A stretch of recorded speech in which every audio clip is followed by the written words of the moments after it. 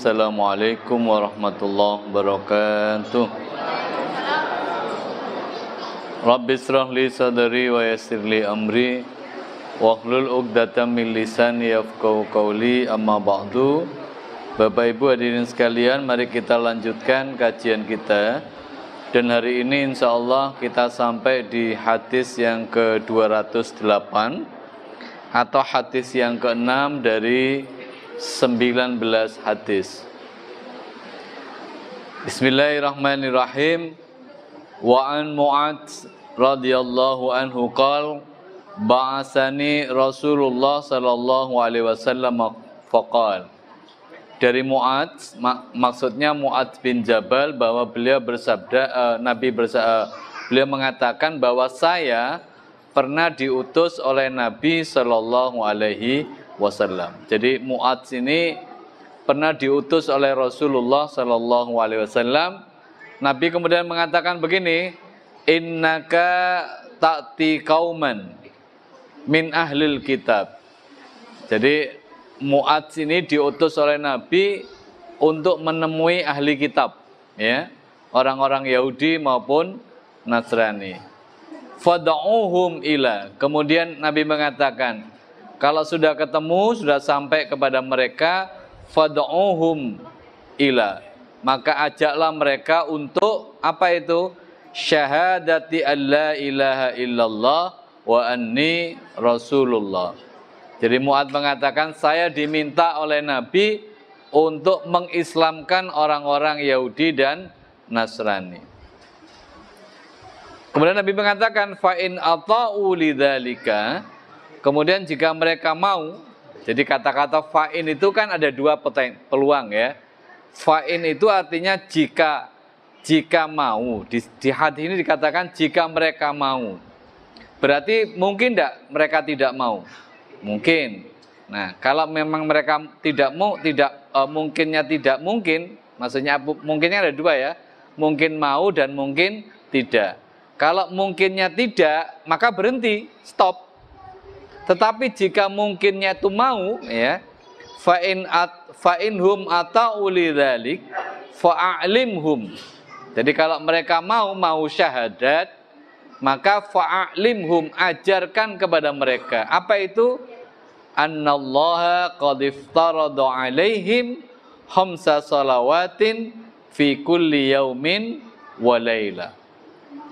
Jika mereka mau bersyahadat, mau bersaksi bahwa tidak ada Tuhan kecuali Allah, kalau mereka mau, ajarkan kepada mereka bahwa Allah memerintahkan kepada hambanya untuk melaksanakan sholat sehari semalam lima waktu. Itu jika mereka mau syahadat loh, ya.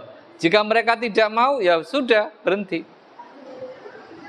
Fa'inhum ata'u lidzalik. Kalau mereka mau diperintah untuk sholat, ya, fa'alimhum annallaha qad iftarada 'alaihim shadaqatan tu'khadhu min aghniyaihim faturaddu 'ala fuqaraihim. Kalau mereka diperintah sholat mau, maka ajarkan kepada mereka bahwa Islam mengajarkan kepada umatnya untuk sedekah. Sedekah itu diambil dari yang kaya untuk siapa? Untuk yang miskin. Bapak Ibu hadirin sekalian, kalau seandainya teori sedekah ini dijalankan dengan benar, maksud saya dijalankan dengan benar itu bahwa para muzaki itu mengeluarkan zakatnya sesuai dengan apa yang harus dikeluarkan, insya Allah ya, itu tidak ada orang miskin di dunia ini. Masalahnya kadang-kadang umat Islam sendiri tidak jujur dengan harta kekayaannya, sehingga seringkali harta yang harusnya dikeluarkan zakatnya tidak dikeluarkan. Dan itu kan sebetulnya kembali kepada pribadi masing-masing, kan. Kalau misalnya ada orang datang ke takmir, Pak Takmir, ini zakat saya ada orang ngasih 10 juta. Ini apa ini? Zakat saya. Oke. Mestinya zakatnya 50 juta, tapi dia ngasih 10 juta. Takmir kan tidak tidak ikut cawe-cawe, kan, loh. Kok ngasih 10 juta? Harta sampean kan sekian, kan takmir tidak menghitung hartanya orang. Takmir hanya menerima berapa besar atau berapa besaran zakat yang diberikan. Faktanya bahwa banyak umat Islam ini yang tidak jujur. Saya tidak mengatakan semua ya, tapi ada sebagian di antara umat Islam ini yang tidak jujur. Sebab andaikan iya, Bapak Ibu hadirin sekalian, perolehan ZIS ya, yang dikelola oleh Basnas itu mestinya, atau dikelola oleh amil-amil zakat yang lain, karena di Indonesia ini kan banyak Bapak Ibu ya, pengumpul ZIS itu kan banyak. Yang resmi dari pemerintah kan namanya Basnas ya. Basnas itu kan satu, Basda di kota kabupaten. Mungkin ada Bascam ya di setiap kecamatan. Masalahnya kadang-kadang perolehan yang didapat tidak sesuai dengan ekspektasi. Beda dengan pajak. Kalau pajak itu kan sudah ada angkanya, besarannya ada, terus prosentasenya ada. Sehingga berapa harga sebuah barang yang harus dikenakan pajak itu di situ sudah tertera. Nah, dalam Islam juga ada mestinya 2,5% zakat itu. Tetapi dalam prakteknya tidak banyak umat Islam yang mematuhinya. Dan kita sebagai amil zakat kan juga tidak pernah kurang zakat sampai kurang, kan tidak pernah ada begitu. Kita kan terima saja, terima catat. Padahal mereka kadang-kadang tidak sesuai. Nah, kalau kata Mu'ad ini kan bunyi hadisnya apa? Tukhadu min aghniyaihim faturaddu ala fuqaraihim. Memang balancingnya begitu, perimbangan hidupnya begitu. Ya. Saya ulang kembali, andekan zakatnya, potensi zakat umat Islam itu dikumpulkan se-Indonesia, jujur lah ya, potensi dikumpulkan, mungkin bisa tembus APBN, kira-kira begitu. Ya, bisa menyamai APBN, apalagi umat Islam Indonesia ini yang terbesar, ya, terbesar. Fa'inhum atau ulidzalika, jadi kalau disuruh syahadat mau, ya suruh sholat. Nah, kalau disuruh syahadat tidak mau, kenapa disuruh sholat? Tidak mungkin. Disuruh syahadat mau, suruh sholat mau, suruh sedekah. Fa'inhum atau ulidzalik, jika mereka mematuhi, mengikuti, mau melaksanakan itu, fa'iyyaka wa qara'ima amwalihim, jaga harta benda mereka. Ya. Karena mereka sudah syahadat, itu saudara kita. Jangan diusik, jangan diganggu, jangan dijarah, ya. Jangan diapa-apakan, dan itu memang tugas kita, ya. Wa iyyaka wa qara'ima amwalihim. Jadi mereka itu dimuliakan dan tidak diusik harta bendanya.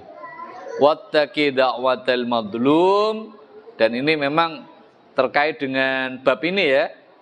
Di mana poin pentingnya dari hadis ini di kalimat yang terakhir. Apa itu? Ini sesuai dengan bab ya, sesuai dengan bab. Wattaqi da'watal madlum fa innahu laisa bainaha wa bainallahi hijab.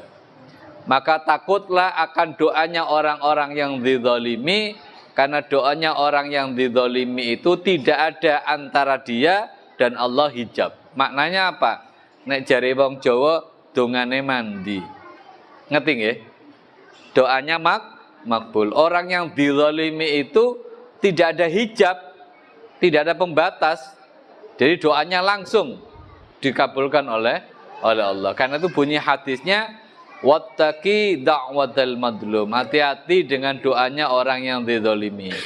Karena itu Bapak Ibu, seandainya ada di antara kita ini yang mendolimi orang lain, kemudian ketika orang lain itu mendoakan kita, maka berdasarkan hadisnya Mu'ad bin Jabal ini, maka doanya itu makbul. Doa orang yang dizalimi itu makbul. Karena itu jangan sampai kita mendolimi orang lain. Rawahu muttafaqun alaih. Hadis ini kesimpulannya yang pertama adalah dakwah itu dilakukan secara bertahap. Ya.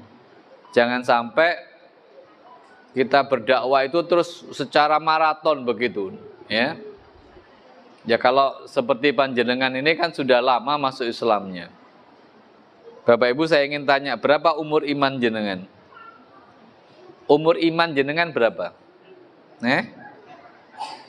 Ada yang tahu? Lu enggak tahu? Saya bisa menghitung umur iman jenengan. Umur iman jenengan itu setara dengan umur Anda. Betul apa tidak? Kalau kita mau jujur, rata-rata yang duduk di sini ini kan Islamnya Islam keturunan. Iya toh? Karena bapak kita muslim, ibu kita muslimah, kita ikut jadi muslim, ya kan? Kan di sini nggak ada yang mualaf toh. Jadi bayi procot langsung Islam lah ngono toh ya. Lah kira-kira umur iman kita ya sama dengan umur KTP kita kan. Artinya kita ini sudah lama masuk Islam ini. Walaupun Bapak Ibu lamanya iman ini tidak ada garansi dari Allah bahwa iman itu akan selalu bersama kita. Saya punya teman namanya itu Yusuf, ya. Terus Yusuf ini ya sepantaran dengan saya, seusia dengan saya, atau mungkin lebih dari saya. Waktu itu beliau ini sakit, Pak. Sakit itu mungkin ya, saya nggak tahu cerita awalnya. Mungkin nggak ada tonggo-tonggonya gak ada sing ngopeni. Loro gak ada sing ngopeni. Maksudnya tetangga muslimnya loh, Pak. Akhirnya diopeni wong lain. Dan sekarang namanya itu menjadi Paulus Yusuf, Pak. Jenenge loh Paulus Yusuf. Mlebu Kristen, iya jelas. Ya karena tidak ada yang tanggung jawab ada kita. Karena itu saya katakan bahwa mudah-mudahan kelompok kajian kita ini tidak hanya ngaji seperti ini ya. Tetapi saya berharap mudah-mudahan desain acaranya itu adalah bahwa kita ini menyatukan. Kalau perlu ini saling ta'awun begitu ya. Terus praktisnya bagaimana? Ya setidaknya di masjid ini ono data lah. Data jamaah gitu loh ya. Sehingga kita ini nanti bisa melakukan pendataan atas jamaah satu dengan yang lain seperti apa. Kira-kira jamaah ini telung dino kok gak ketok. Ya ditekok siapa diparani lah paling tidak wakil dari jamaah ini untuk tanya ya apa keadaannya. Jadi ikut peduli, jangan sampai didelok telung dino gak ono, petang dino gak ono, seminggu gak ono. Moro-moro wis ilang mungkin Pak, dijukuk uang. Nah itu loh, maksud saya begitu. Dan insya Allah sekarang masjid-masjid ini kan desainnya sudah bagus lah ya. Nek kayak model ber-AC lah standar lah ya. Standar banget itu ya. Kenapa? Karena ini ada kaitannya dengan ghirah orang ke masjid gitu loh ya. Jadi kan ada toh Pak, masjid itu memang didesain gua ampiran, ngerti ampiran Pak? Apa ampiran itu Pak? Jujukan. Kan ada itu Pak. Saya dapat info itu di Semarang, itu katanya ada masjid namanya Al-Falah. Saya tidak tahu loh ya. Itu Pak kalau di Semarang itu katanya itu ada bednya Pak untuk tidur, untuk musafir itu Pak kalau misalnya kangelan golek nggon njujuk nang kono ae. Jadi ono lemari ini, ono kamar mandine. Ini hotel apa Pak? Bukan, masjid. Jadi masjid ramah musafir gitu ya. Jadi tidak apa-apa awalnya orang-orang duduk-duduk di masjid, gak sholat gak gitu. Ya tapi kalau di sekitar sini beda lagi Pak itu. Ini kan ceritanya cerita di daerah sana ya. Ya mungkin tetap bertahap lah ya. Ya maksud saya begini, awalnya memang masjid itu kalau kita lihat trennya ya, saat ini masjid itu kan sudah mulai berubah ya, tidak sekedar sebagai fungsi ibadah, tapi sekarang bisa untuk fungsi rekreasi loh ya.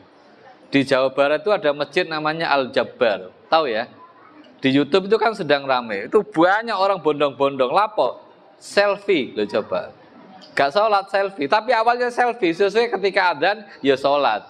Jadi sekarang tuh desain masjid begitu. Jadi masjid sekarang, makanya begini ya, dulu ketika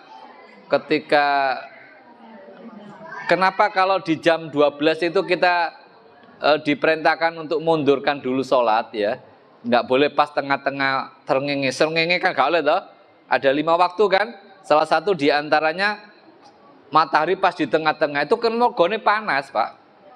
Panas betul. Di zaman Nabi dulu ya panas banget. Mergo iku digeser begini dulu ya. Supaya gak terlalu panas. Itu dulu. Kalau sekarang kan tidak, Pak. Jam 12 panas kentang-kentang nang jobo nang masjid. Adem AC ini murup ya kan. Jadi memang desain masjid sekarang insya Allah jauh lebih baik, ya. Dan itu memang daya tarik orang untuk ibadah. Tidak apa-apa, awalnya memang begitu. Ada daya tariknya nanti ngadem sih. Oh, jadi niatnya ngadem. Awalnya begitu, lama-lama dia memperbarui niatnya. Termasuk yang saya juga sering dengar tuh masjid di Jogja itu loh, Pak. Sudah pernah ke Jogokarian ya? Alhamdulillah sudah lah. Artinya punya pembanding lah seperti apa ya. Ke Namiro pernah ya? Masjid Namiro sekarang. Yang kedua, makbulnya doa orang yang teraniaya, orang yang dizalimi. Karena itu jangan pernah Anda mendolimi orang. Sebab orang kalau didolimi atau terdolimi itu doanya makbul, ya. Doanya diterima oleh Allah. Mandi kata orang Jawa, ya. Hadis yang ke-7 atau ya hadis yang ke-209. Wa an Abi Humaid Abdurrahman bin Sa'id As-Sa'idi radhiyallahu anhu qala ista'mala an-nabiyyu sallallahu alaihi wasallam rajulan minal ajdi yuqalu lahu Ibnu Ludbiyah ala sadaqah. Nabi suatu ketika pernah mengutus minta bantuan orang dari sebuah suku namanya suku Ajad, ya, namanya di sini disebutkan Ibnu Ludbiyah untuk menjadi pemungut zakat, ya, tukang ngoleksi zakat, ngumpulkan zakatnya orang-orang. Falamma qudima qal hadza lakum wa hadza uhdiya ilayya. Ketika nyampe dengan Nabi, ketemu dengan Nabi, terus ngomongnya begini, ya Rasul, ini hasil zakat yang saya kumpulkan. Ini ditunjukkan begini, kalau ini hadiah yang diberikan untukku. Nah, jadi ngomongnya begitu. Ini hasil zakat yang saya kumpulkan, maksudnya yang dari saya catat dari orang-orang, kalau ini hadiah yang diberikan kepadaku.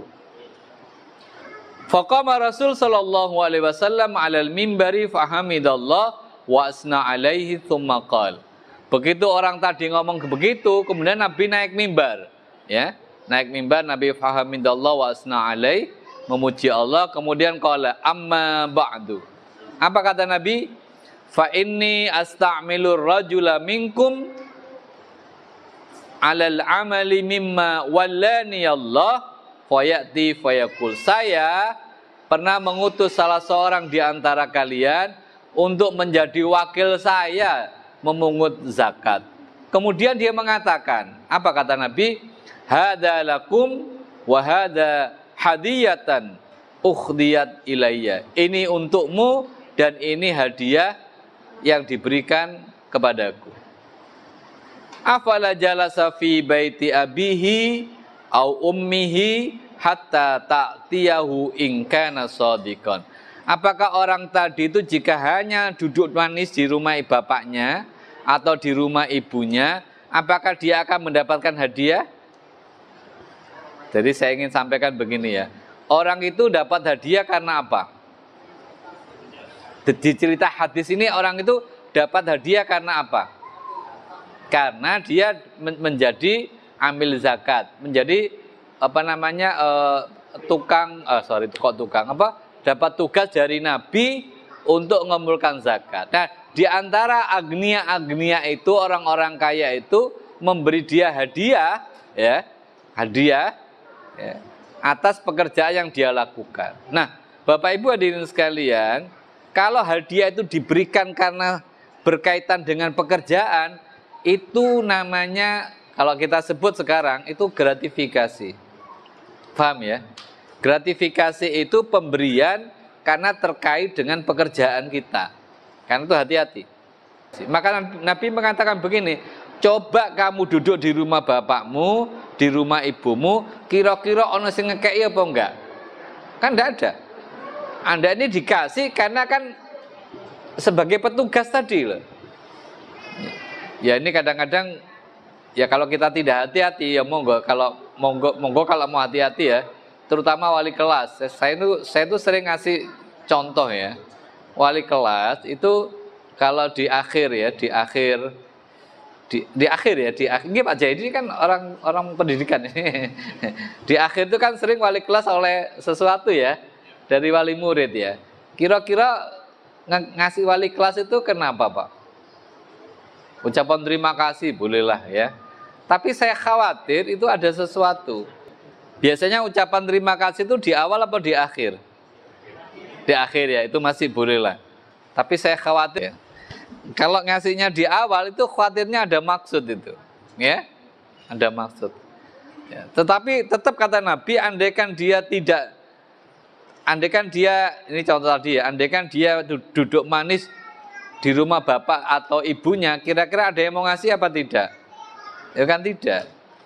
Dan misalnya aku ngono, kira-kira dikei apa enggak? Ya gak kira Pak, sampai duduk wali kelasku Pak.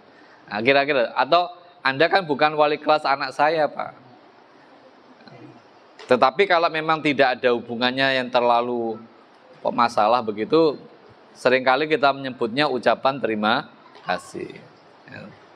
Yang tentu tidak boleh itu kalau di awal Pak. Kalau di awal tentu ada maksud ya. Apa maksudnya itu? Ya titip atau apa begitu ya. Karena itu di tempat saya dulu Pak di pondok itu kalau pengumuman itu mau pengumuman itu para kiai tidak ada di tempat Pak. Karena khawatir ada wali murid datang, sowan, terus ngasih nomor gitu ya. Ini nomor anak saya gitu. Waduh, itu bahaya itu. Karena itu Pak Kiai tidak mau. Anakmu lulus, gak lulus ya tergantung ujiannya begitu. Atau sesuai dengan kuotanya. Karena itu Pak Kiai biasanya tidak mau di tempat. Ya, keluar dari pondok. Nanti kalau sudah pengumuman, nah itu mungkinlah kita sebut dengan ucapan terima kasih, ya. Ya tapi kalau kita kepingin hati-hati ya memang itu. Karena itu saya ingin katakan begini Bapak Ibu ya. Di sebuah BUMN Indonesia itu saya setuju loh ya. Yang saya sebut aja ya, itu PLN Pak. Di PLN itu yang saya tahu, itu kan PLN seringkali pakai outsourcing ya, atau pihak ketiga, terkanan lah ya, pihak ketiga. Itu di bajunya, baju seragamnya itu coba Anda perhatikan tuh belakangnya tulisannya apa Pak? No tipping. No tipping itu artinya tidak boleh ngasih tip. Ya, memang pekerjaannya sudah. Tapi sakno kamu nggak genteng ya Pak. Lah ya memang gaweane ya. PLN itu memang penggaweannya mau nggak genteng. Kok saya nggak genteng lah aja setrumin nang dukur ya. Kan nggak usah dicek teko ngisor begitu. Jadi kalau terkait dengan pekerjaan, Nabi mengatakan, apakah kalau kamu duduk manis di rumah bapak dan ibumu, orang akan ngasih kamu? Tentu tidak. Jadi ngasih kamu itu karena kamu jadi diberi kewenangan itu. Saya sebagai seorang pejabat, terus mantu saya Pak. Moro ono bawuan itu isine itu bukan ngamplopi duit. Nah zaman saiki ngono wis kuno itu Pak. Kayak cek ngono ya. Isinya 10 juta ngono. Apa 100 juta. Ini kira-kira masuk akal apa enggak? Kan itu ada sesuatu kan? Ya, karena pekerjaan saya mungkin dia punya kepentingan dengan saya gitu. Nah, normalnya wong bowo kan 200, 100 kan ngono toh. Ya karena dia berkepentingan dengan saya. Tapi apapun itu intinya begini. Mari kita berhati-hati termasuk bab gratifikasi, harus hati-hati ya. Jangan sampai itu kita salah gunakan ya. Kalau kita melihat cerita-cerita di banyak hadis Bapak Ibu, para sahabat itu kan sangat hati-hati ya. Hati-hati dalam hidup. Pernah dengar ceritanya Umar bin Khattab ya. Ketika Ibnu Umar itu siapa? Anaknya loh ya. Anak kandung bukan anak tirinya. Wong Jawa anak kandung. Ketika anaknya datang, ambek Umar kan ditakoni, sampe lapor ini kan. Oh ya omong-omongan, nek omong-omong masalah negara, Ya tak uripi lampu. Ini nek ngomongan pribadi tak pateni. Lampune dipateni. Mergo napa? Kenapa? Ya karena lampune iki gawe duit rakyat kok ngono to. Saking hati-hatinya sahabat itu begitu. Nek awak dhewe kan enggak, mumpun dadi pejabat ngundang dulur-dulur dilebono kabeh. Begitu apa enggak? Enggak tahu saya ya. Mungkin ya, mungkin tidak loh ya, saya enggak tahu ya.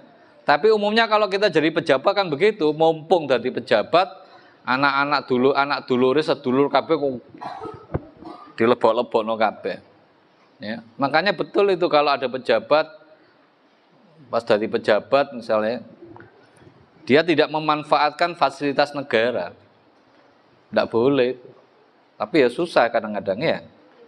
Ya susah. Umar kan begitu ngomong ketika anaknya datang itu ya ditakoni kan lakatnya ngomong apa iki. Nek ngomong pribadi tak pateni lampune iki. Sampai begitunya, Pak. Kalau kita kan tidak kepikiran begitu, ya. Kita ini kadang-kadang agak apa ya, agak abe gitu ya. Ngerti abe nggih? Abe itu tidak peduli dengan hal yang seperti itu ya. Padahal itu ada hubungannya dengan kehidupan kita. Saya lanjutkan hadis berikutnya. Wa an Abi Hurairah radhiyallahu anhu anin Nabi sallallahu alaihi wasallam. Man kanat indahu madlamatan li akhihi min irdihi aw min syai'in, ya, barang siapa yang mendolimi saudaranya min irdihi aw min syai'in, ya, baik tentang kehormatan saudara, maknanya begini, kehormatan itu artinya mencela, Pak. Kita ini tidak boleh mencela satu dengan yang lain, ya, mengolok-olok itu tidak boleh, karena kita ini saudara. Apa yang bisa kita olok-olok? Tidak ada. Apa yang bisa kita remehkan? Tidak ada. Kenapa? Karena kita ini saudara. Karena itu dikatakan tidak boleh kita, andaikan ada di antara kita yang punya kezaliman atau mendolimi saudaranya, ya, min irdihi aw min say'in falyuhallalahu minhul yauma qabla alla yakuna dinarun wala dirham. Jadi segera minta kehalalannya. Nek jare wong Jawa ya njaluk sepuro, ya. Minta maaf sebelum nanti tidak lagi ada harganya dinar maupun dirham. Maknanya apa? Kiamat. Kan kalau sudah kiamat itu kan tidak ada harganya, Pak. Apa yang bisa kita banggakan? Kemarin saya lihat di televisi itu, Pak, depo Pertamina di Pelumpang itu kan terbakar itu, Pak. Kok tahu, Pak? Ya karena saya dapat telepon dari saudara, karena saudara ada di daerah itu. Itu Anda bisa bayangkan, Pak, sederet mobil-mobil ya, Pak, yang diparkir nang gene situ kan hangus itu, Pak. Ya lewes ngono itu siapa? Itu cuman Pelumpang, depo Pertamina yang ada di Pelumpang itu. Pelumpang itu Jakarta Utara ya. Jakarta Utara itu terbakar, hanya ininya bocor, ngono tok, mek bocor. Belum kiamat. Nek kiamat itu ya kira-kira yang bisa dibuat manusia ya. Jenengan pernah nonton film 2012? Pernah ya? Ya kira-kira koyo ngono, tapi ya iku mek gambarane menungso lebih dahsyat dari itu. Ya. Itu mek gambarane menungso tok. Itu yang bisa dibayangkan oleh manusia. Padahal kiamatnya tentu lebih dahsyat dari itu, ya. Bahkan dulu orang kan ada pikiran kiamat tahun 2012. Makanya terinspirasi dari itu muncul film judulnya 2012. Buktinya sampai saiki gurung kiamat, ya. Jadi kalau sudah tidak lagi berfungsi baik dinar maupun dirham, itu maknanya bahwa sudah kiamat, dan kita diminta untuk minta halalnya itu ketika sebelum itu, ya. In kana lahu amalun shalih ukhida minhu biqadri madlamatihi. Jadi rumusnya begini, kalau orang itu punya kebaikan, maka kebaikannya kalau belum sempat loh ya, tadi kan diminta untuk minta halalnya di dunia ini, minta halalnya sampai datangnya hari kiamat. Kalau sampai datangnya hari kiamat belum sempat minta maaf, maka nanti kalau dia itu punya amal kebaikan, maka amal kebaikannya akan diberikan kepada orang yang dizalimi. Ya. Wa illam yakun lahu hasanatun, kalau orang itu tidak punya kebaikan atau sudah habis kebaikannya karena diberikan kepada orang yang dizalimi tadi, ukhida min sayyiati sahibihi, maka nanti akan diambilkan dari dosa orang-orang yang dizalimi. Ya. Fakhumila alaihi, dan diberikan kepadanya. Itulah yang dikenal dengan hadis muflis. Ya, masih ingat ya? Hadis muflis itu orang merasa ketika di dunia ibadahnya banyak, mengerjakan A, B, C sampai Z, ya. Dia mengerjakan kebaikan A, B, C dan seterusnya. Tetapi ternyata dia juga mendolimi A, B, C, D yang dia tidak minta kehalalannya, tidak minta maaf sampai datangnya hari kiamat. Apa yang terjadi kalau seperti itu? Rumusnya sederhana. Kalau dia punya kebaikan, kebaikannya diberikan kepada orang yang dizalimi. Kalau kebaikannya sudah habis, maka kejelekan orang yang dizalimi diberikan kepada yang bersangkutan. Nah, itu yang jadi masalah itu. Akhirnya apa? Itulah yang dikenal dengan hadis muflis. Nabi kan pernah bertanya kepada sahabat, "Hai, tahukah kamu apakah yang dimaksud dengan orang muflis?" Ya, karena memang orientasinya para sahabat ketika itu pedagang. Nah, jari pedagang, bokseri pedagang gimana? Jawabannya kan sederhana waktu itu. Ya, karena memang jujur sahabat waktu itu. Ya, muflis iku wong sing oleh dagangan akeh, marungono apa kok dagangan entek, modalnya yo entek kan ngono ya. Kan begitu kira-kira jawabannya. Maka Nabi mengatakan, oh bukan begitu. Orang muflis itu seperti ini. Dia punya kebaikan banyak, tapi satama hada wa katama hada. Jadi dia mendolimi saudaranya ini, mendolimi saudaranya yang itu. Sehingga nanti kalau itu terjadi dan belum sempat dia minta maaf sampai datangnya hari kiamat, maka apa yang terjadi? Kebaikannya akan diberikan, dan kalau kebaikannya sudah habis, maka kejelekan orang itu akan diberikan kepadanya. Mudah-mudahan ini tidak terjadi kepada kita, ya. Sebab kalau itu terjadi, habis sudah kita. Kita menghadap kepada Allah mau pakai modal apa begitu ya. Apa yang kita mau bawa kepada Allah, ya. Karena itu perintah dari hadis ini yang pertama adalah minta maaf kepada yang bersangkutan. Ingat Bapak Ibu, urusan dengan sesama manusia itu tidak bisa selesai, tidak bisa tuntas dengan minta ampun kepada Allah, tidak bisa. Lantas selesainya bagaimana? Minta maaf kepada yang bersangkutan, ya. Ini diantara jamaah ono sing gak wawu apa enggak? Enggak ada kan? Wong padha jamaahane kok. Gara-gara ABC kok urusan sederhana kok gak nyopo, itu jangan, ya. Kalau ada begitu gimana Pak? Ya segera minta maaf, ya. Tapi dia gak minta maaf ya Pak, ya sampai njaluk sepura ngono lho. Gak usah Pak, gengsi Pak. Wong dhewe sing salah Pak, itu masalahnya di situ. Orang tidak minta maaf itu karena masing-masing menganggap bahwa dirinya yang paling benar, atau dirinya yang benar, dia yang salah. Ya, karena itu ya memang kalau begitu gimana Pak? Gimana Bu kalau itu terjadi?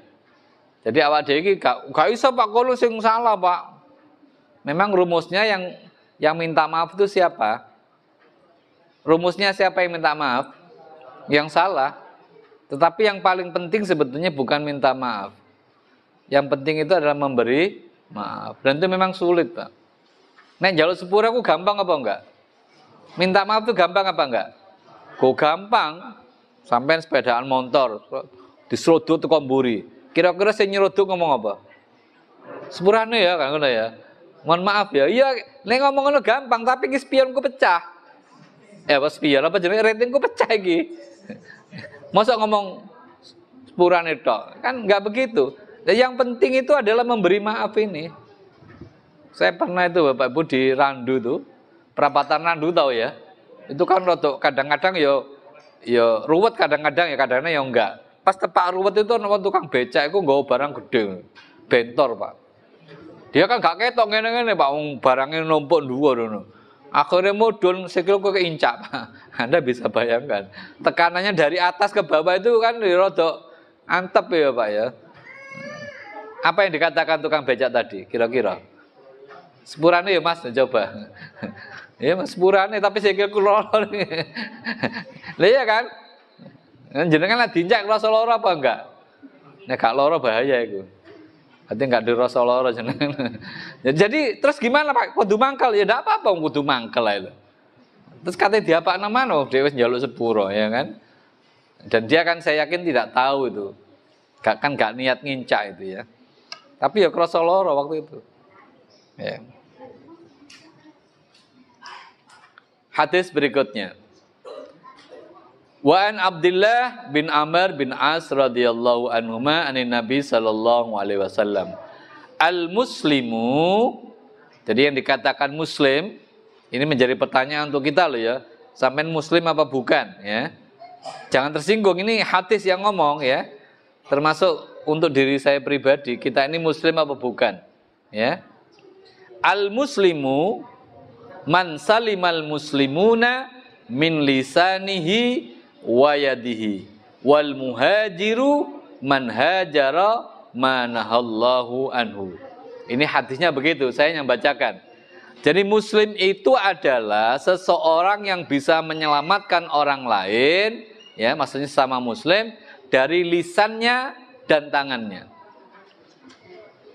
Maka ini menjadi pertanyaan bagi kita, kita ini sudah muslim belum? Jangan sampai lisan kita ini ya, atau tangan kita, itu maknanya kan perbuatan dan perilaku lah ya.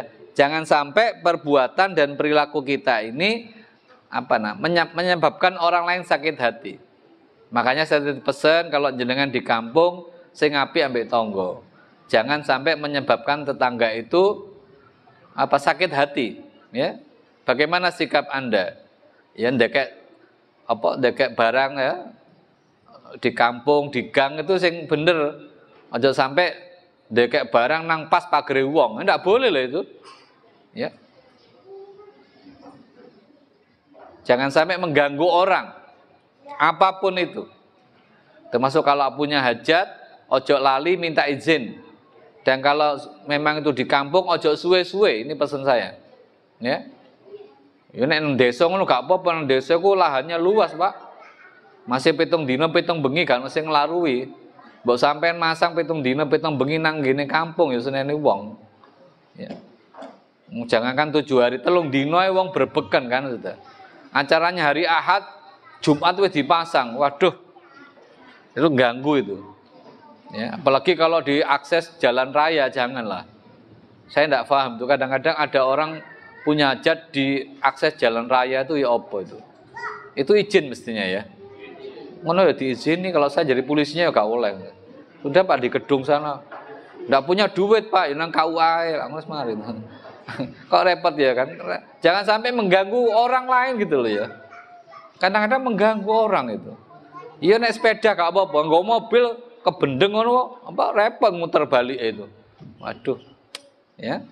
Jangan sampai mengganggu orang lain. Karena itu dikatakan di sini man salima al muslimu man salimal muslimuna dari apa? Lisannya dan tangannya. Artinya sikap dan ucapannya. Jangan sampai ngomong ya ngomong terus bengok-bengok banter-banter kan jangan. Ya. Tertawa boleh tapi jangan terbahak-bahak. Tertawa terbahak-bahak ku gak oleh. Ndelok TV kayak lakone ku apa seneng ngguyu ngakak sampai tanggane kaget. Gak boleh itu. Ya. Cerita mbek koncone apa mbek anu bengok-bengok gitu.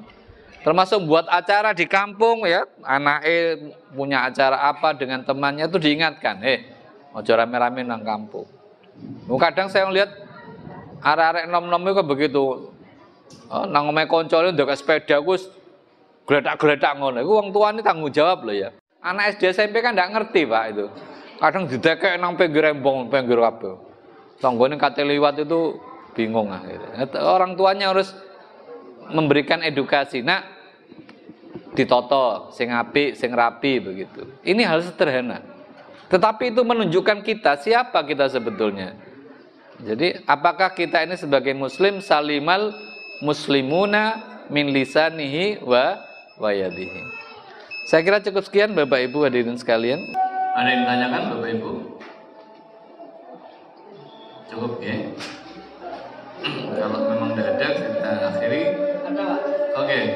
Ini Pak, mau tanya, apakah boleh membalas kezaliman tetangga dengan kezaliman pula? Oke, tanya Ini dulu. Pak, ada tetangga memelihara ayam. Iya, Dan, oke. terus kotorannya itu mengganggu tetangga lain. Gimana? Oke, solusi pertama diingatkan dulu. Diingatkan.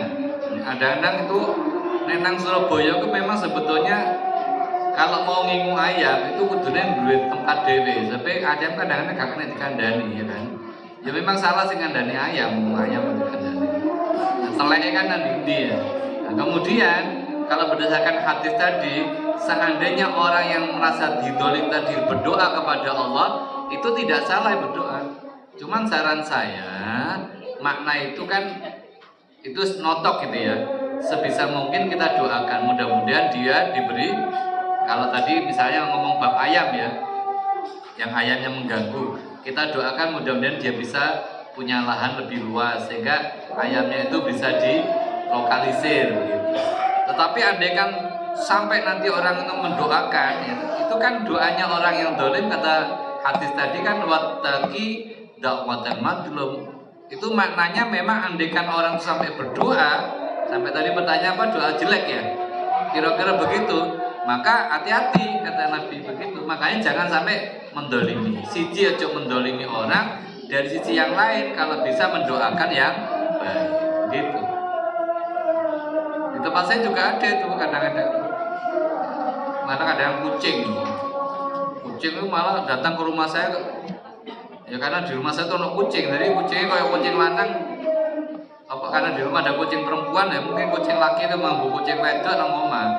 Akhirnya apa terjadi? Kadang ngisi nang sembarang tempat itu, bahkan di tempat-tempat yang tidak seharusnya.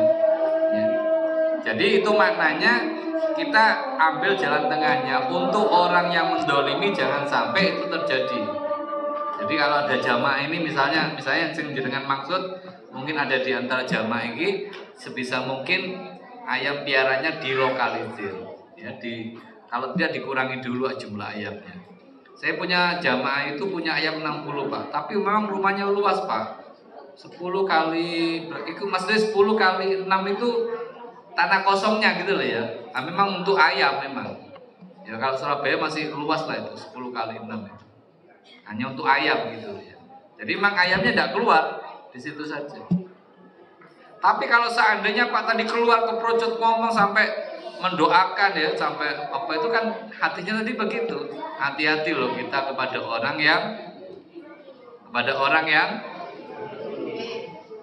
yang dizalimi kalau dia berdoa, karena doanya tidak ada hijab antara dia dan Allah. Ya itu tadi.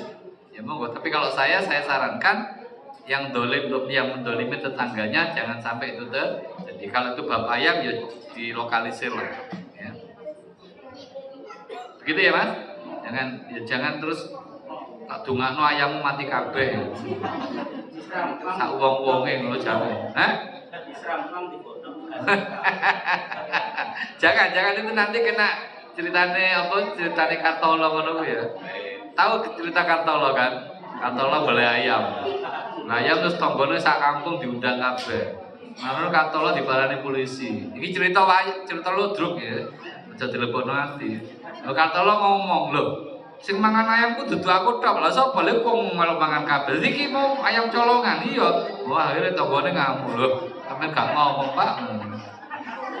Ya kalau hukum fikihnya yang salah siapa? Sing nyolong loh, sing mangan gak nyolong, gak dosa loh ya. Iya kan? Tapi mergo kita di Indonesia itu tidak berlaku hukum fikih itu. Jadi kalau saya nyolong ayam, terus marung-marung tak ngundang tonggo-tonggoku, aku nyolong ayam 5-6, tak beli terus aku ngundang tonggo-tonggoku. Begitu polisi datang, kalau logika fikihnya itu yang masuk penjara ya saya karena saya yang nyolong. Lah itu sing mangan itu Pak, ya enggak.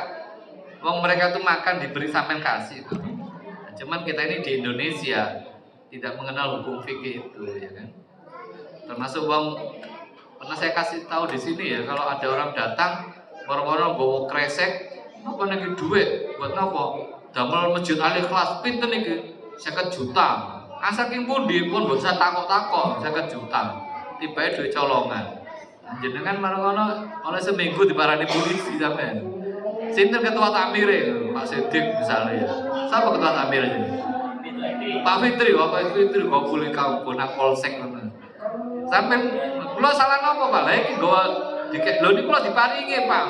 Terus si Payadi kula mboten dosa. Ya memang gak dosa. Secara hukum fikih tapi hukum positif Indonesia ya kena jenengan, kena pasal. Kena pasal apa itu? Penada. Dipikir jenengan itu nadai barang colokan. Ya. Tapi apapun Bapak Ibu hati-hati karena itu tadi dibuka, orang berdoa itu dibuka. Ya, wattaqi da'watal madlum, hati-hati loh ya. Nek wong sing didolim itu ndonga, hati-hati. Karena itu jangan sampai kita mendolimi orang lain. Masih ada lagi? Kurang 2 menit. Oke. Jika kita tertipu. Oke. Tapi lewat media sosial. Oke. Tidak pernah ketemu orangnya. Oh yes. Apakah nanti di akhirat itu bisa? Oh iya. Lo kan kemarin di hadis yang keempat saya sampaikan. Jadi apa itu namanya? Hewan yang tidak bertanduk itu kalau ketemu hewan yang bertanduk apa yang terjadi? Iki hewan gak bertanduk, kambing gak punya tanduk. Ini kambing punya tanduk. Iki diapakno sing gak bertanduk? Ya terus ditandui. Iso nglawan apa enggak? Gak iso, enggak duwe tanduk. Coba kambing maju malah ditandui, mikir lah mundur aja kok timbangan bapak belut. Tetapi nanti di akhirat yang begini ini haknya dia yang terdolimi ini akan diberikan. Tidak usah khawatir. Memang kalau saya katakan begini, sering saya ulang-ulang ya. Di dunia ini semua nggak usah tahu. Di Indonesia ini banyak pengadilan, betul ya. Bahkan di kota kabupaten itu seringkali disediakan pengadilan, ya. Tetapi tidak banyak keadilan di negara kita ini. Tapi nanti di akhirat itu keadilan akan ditegakkan. Sampai-sampai yang seperti itu tadi. Kecuali jenengan sudah memaafkan, tapi rumah sana bro, ya nek 10 itu gak apa-apa Pak, ini tertipu 1 juta ya Pak, loro hati aku Pak, dan jenengan gak usah khawatir nanti akan dibalas. Ketemu nih apa Pak, kok bingung sampai gak usah. Nabi Ibrahim kan pernah bertanya, ingat toh Nabi Ibrahim kan pernah gelisah toh, tentang bagaimana engkau membangkitkan orang yang sudah mati. Kata Allah, ya di surat apa itu Pak? Di surat Al-Baqarah ya kalau salah ya. Ambil burung itu 4 ya, pecel-pecelan wis kamu sembelih terus dipecel-pecel. Marung campuran tuh. Burung sing putih, abang, ireng campuran. Marung dekek nang ngene apa ku? Masih kan cerita tuh ya, disuruh letakkan di bukit itu. Tapi wis dicampur loh ya. Putih, ireng, abang, kuning wis misalnya burungnya warnanya itu ya. Terus kamu panggil nama burung itu, burung kuning. Itu jadi satu lagi. Jadi itu maknanya Allah ingin mengatakan kepada kita urusan seperti itu gampang. Bagi Allah gampang. Karena itu jangan pernah mendolimi. Koyo gak anu Pak, gak ro, gak ono sing ngeru Pak. Iya memang gak ono sing ngeru saiki. Tapi nanti Anda akan diminta bertanggung jawab. Saya kira cukup sekian. Assalamualaikum warahmatullahi wabarakatuh.